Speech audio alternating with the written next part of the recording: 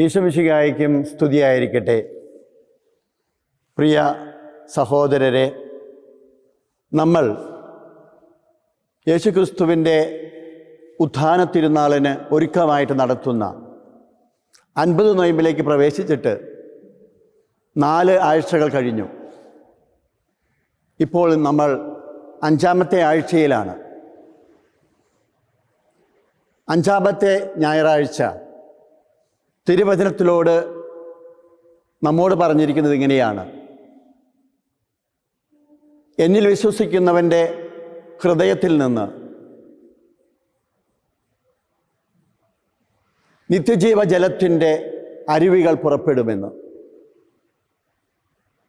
സ്നേഹമുള്ളവരെ, നമ്മൾ യേശുക്രിസ്തുവിൽ വിശ്വസിക്കുന്നവരല്ലേ? നമ്മുടെ ഹൃദയത്തിൽ നിന്ന് ജീവജലത്തിൻ്റെ അരുവികൾ പുറപ്പെടുന്നുണ്ടോ? സുവിശേഷകൻ എഴുതി വച്ചിരിക്കുന്നു, കർത്താവ് ഇത് പറഞ്ഞത്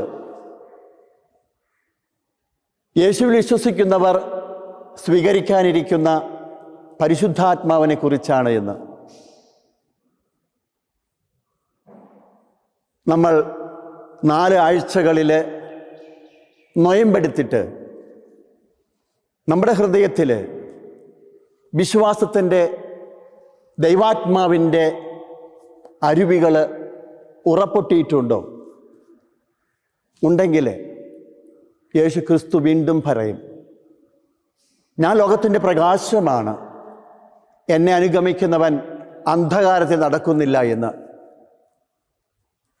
അതെ, യേശുവിൻ്റെ വിശ്വാസത്തിൽ ജീവിക്കുന്നവർ യേശുവിൻ്റെ പ്രകാശത്തിൽ ജീവിക്കുന്നവരാണ്. അവർക്ക് പ്രകാശത്തിൻ്റെ പ്രവൃത്തികളാണ് ചെയ്യാൻ കഴിയുക. പ്രിയ സഹോദരരെ, നമ്മൾ ഈ ആഴ്ചയിലേക്ക് കടന്നു വരുമ്പോൾ കണ്ടെത്തുക, 5-ാം ചൊവ്വാഴ്ച വചനത്തിലൂടെ യേശു നമ്മോട് പറയുന്നു, നിങ്ങൾ കരുണയുള്ളവരായിരിക്കുമെന്ന്. നല്ല ശമരിയാക്കാരൻ്റെ കഥ പറഞ്ഞിട്ടാണ് യേശു നമ്മോട് പറയുന്നത്.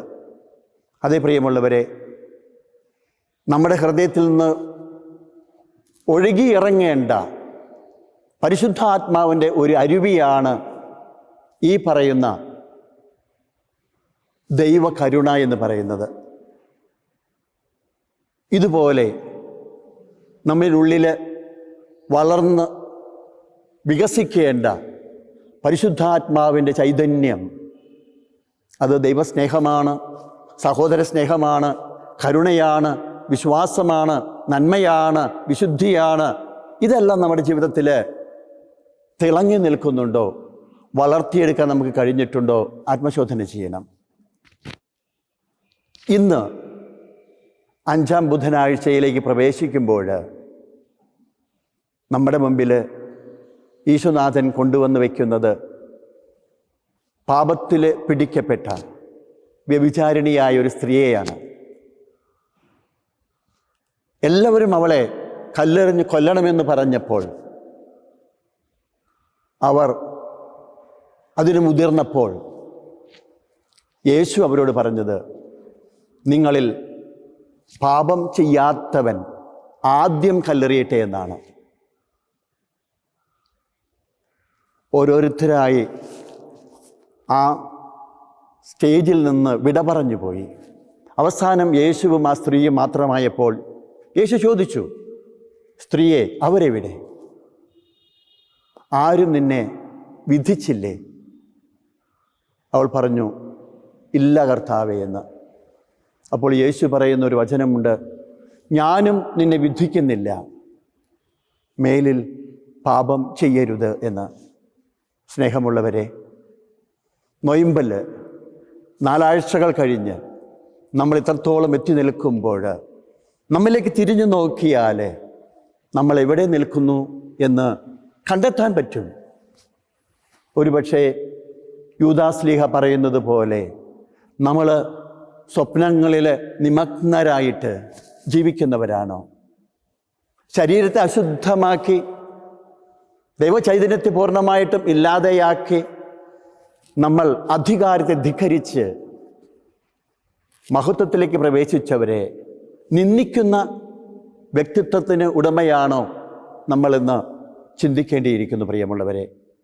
കാരണം നമ്മൾ യേശുക്രിസ്തുവിൽ വിശ്വസിക്കുന്നവരാണെങ്കിലും നമ്മിൽ പരിശുദ്ധാത്മാവ് ഇറങ്ങി വന്നിട്ടുണ്ടെങ്കിലും പലപ്പോഴും ലോകത്തിലായിരിക്കുമ്പോൾ ദൈവികമായത് മുഴുവൻ ഉപേക്ഷിച്ച് മാനുഷികമായ സ്വപ്നങ്ങളിൽ ഏർപ്പെട്ടിട്ട് ഇന്നത്തെ സമൂഹത്തിൽ കാണുന്നത് പോലെ മദ്യം, മയക്കുമരുന്ന് ഇത്യാദികളാൽ തങ്ങളുടെ ശരീരത്തെയും മനസ്സിനെയും ദുർബലമാക്കിയിട്ട് പാപത്തിൽ മാത്രം കഴിയുന്നവരുണ്ട്. അവരുടെ സ്വപ്നം ശരീരത്തിൻ്റെ സുഖങ്ങളാണ്, ശരീരത്തെ അശുദ്ധമാക്കുന്നതാണ് അവർക്ക് പ്രധാനപ്പെട്ടത്.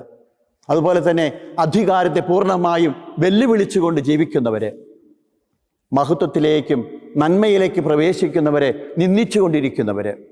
നമ്മുടെ ജീവിതം എങ്ങനെയാണ് പ്രിയമുള്ളവരെ?